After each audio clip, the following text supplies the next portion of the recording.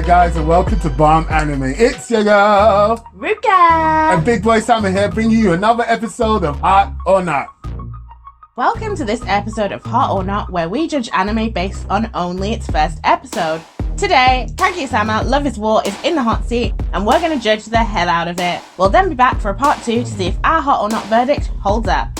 So we'll be looking at the creativity, entertainment, character development, world building, and execution to see if this is hot or not. You know what it is, let's get right into it. Creativity. I've heard a lot about this anime since it's come out, but I still was not expecting to get what I got out of it. It was quite shocking. It seemed more like a spy drama than actually anything to do with love, and I found it quite funny at some points, and yeah, I found it creative. So they did the shonen thing without doing the shonen thing, and I thought that was great. So all the tension, all the build-up, all the fights, all the action had nothing to do with fighting and explosions and big moves. It was really cool how subtle the fights were, just normal day stuff that they over-exaggerated, and I liked it. It was very good creative-wise. I think I've said this in one of our other episodes that we did, where I was saying that a lot of anime these days have to introduce sort of battle metrics to the anime to bring the same kind of excitement that animes with a lot of fights have in it. And this one has done a similar kind of thing as well. And it's kind of the same kind of vibes as other anime that have done the same sort of similar thing. Entertainment.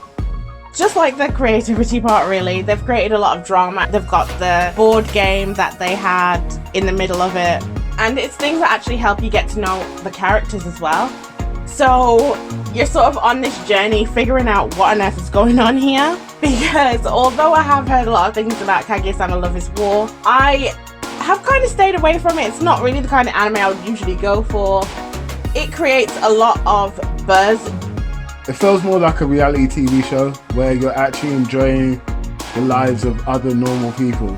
But again, because of the stylization and the way that they emphasize certain points. Like, for example, Hayasaka's aim was to stop anyone from coming into the room. And it was so stylized and pretty cool and awkward, but she wasn't doing anything too spectacular, except for, running up the building and catching the baseball. That was pretty cool. So it was nice. It was like watching a good reality TV show. Character development. I think in this section they managed to actually get us to know quite a bit about each of the characters that they introduced. And they gave you little details about some of the characters as well, such as Miyuki needing caffeine every 3 hours and being so into studying as well. So it's quite funny because all of these characters are obviously in high school and they're starting to have interest in like the opposite sex and obviously developing relationships, but they're so inexperienced at the same time. I think that the character development so far is a really good baseline for what we're going to see in the rest of the season. It gives me a good idea of who these people are and what I'm going to expect to see coming out of them. So in terms of the characters, I mean, like, we're given Miyuki, the president, and the vice president, Kaguya. Both of them are the main characters in this Love is War situation. Now, we are given an assortment of different characters, all different types. Very cool, from the bubbly to the goth to the alternative to the really focused military type of person. And it's great. It's a great melting pot of different characters. And just watching them live their normal lives doing normal things has been the way that they have brought out the characters. So the subtlety of the relationship between Kaguya and Miyuki is the mechanism in which the author and the anime has decided to push everybody else's character development. And they literally revolve around them two mostly, but we see snippets of other characters being the focal point, like Nagisa and her boyfriend Tsubasa. And side note, I love the way that they didn't just call it what it was. They kept using different euphemisms for doing the horizontal tango. So it was actually hilarious, and I like the style. I like everything about the way that they decided to bring these characters to life. World building.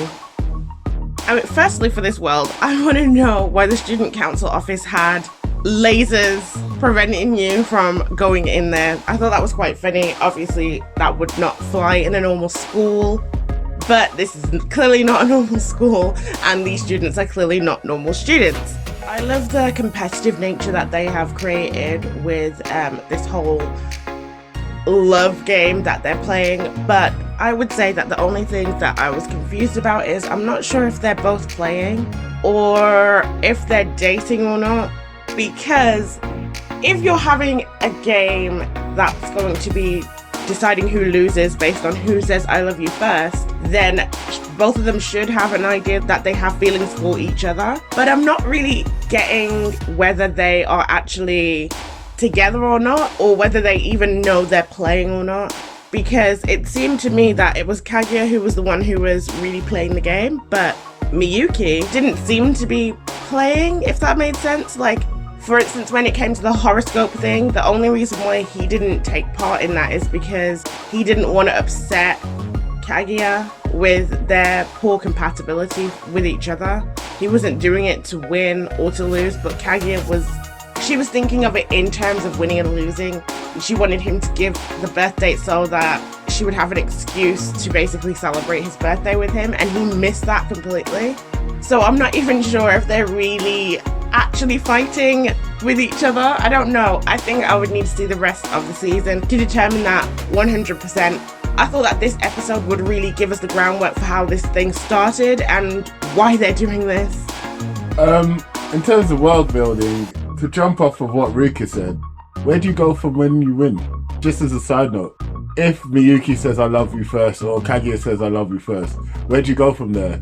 You've already won, then is it now pointless? I don't know, something to think about. But in terms of the actual world building, I think they've done a job of making us proper tune into the psyche of these characters by presenting us really fantastical stuff.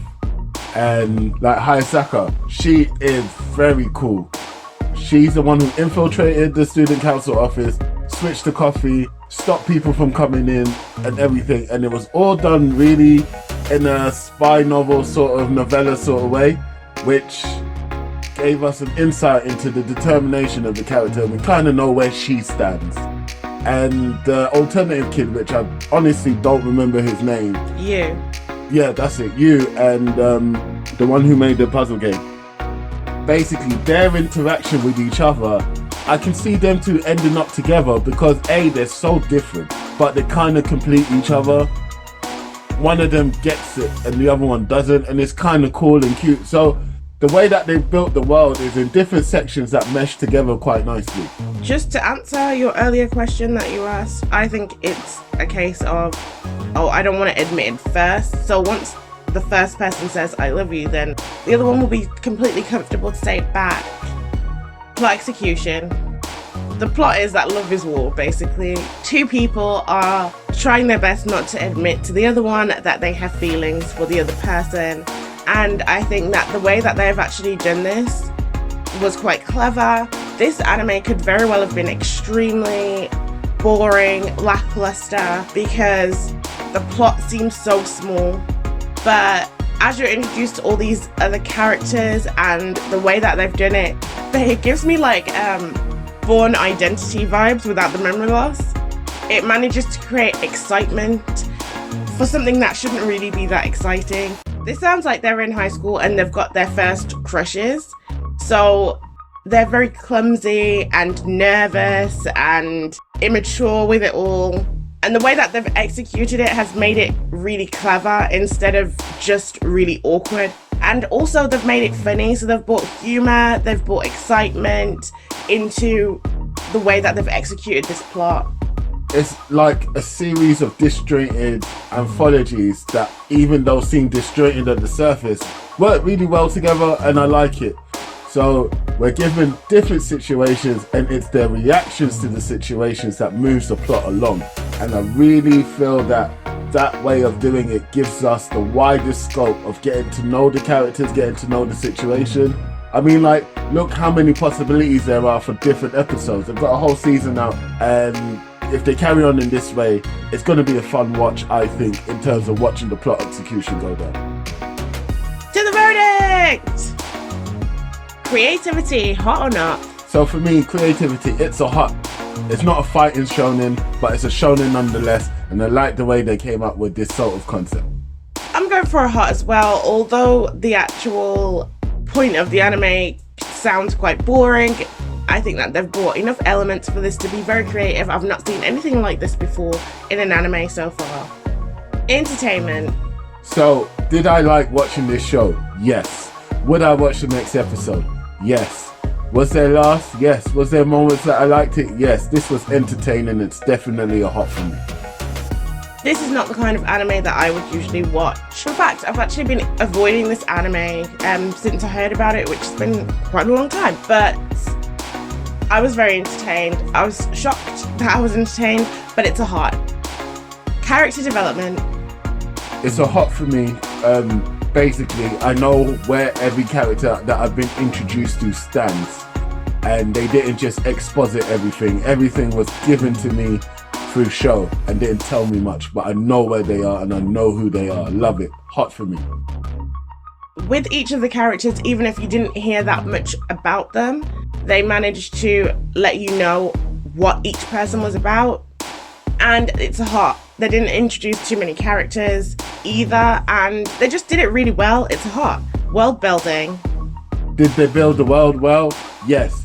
Does it make sense? Yes. Is it a little bit too much? Probably. But it's a good world and it's a hot for me. I actually really like the world that they've started to build here. I'm looking forward to seeing more of it. It's a hot. Plot execution. As I said earlier, they used different situations to move the plot along, and it really, really worked. Every character got a little bit of a shine, and it's a hot for me. It's a hot from me as well. I'm surprised that I gave it a hot across the board, because at first when I started watching it I was a bit confused. I was thinking, what on earth is this? But they have managed to smash it. So we have actually both gone for hot for 5 out of 5. So far this anime is a hot. So we will be back again with a part 2 to find out if our verdict holds up. Let us know what you think in the comments, and don't forget to like, subscribe and share. Peace.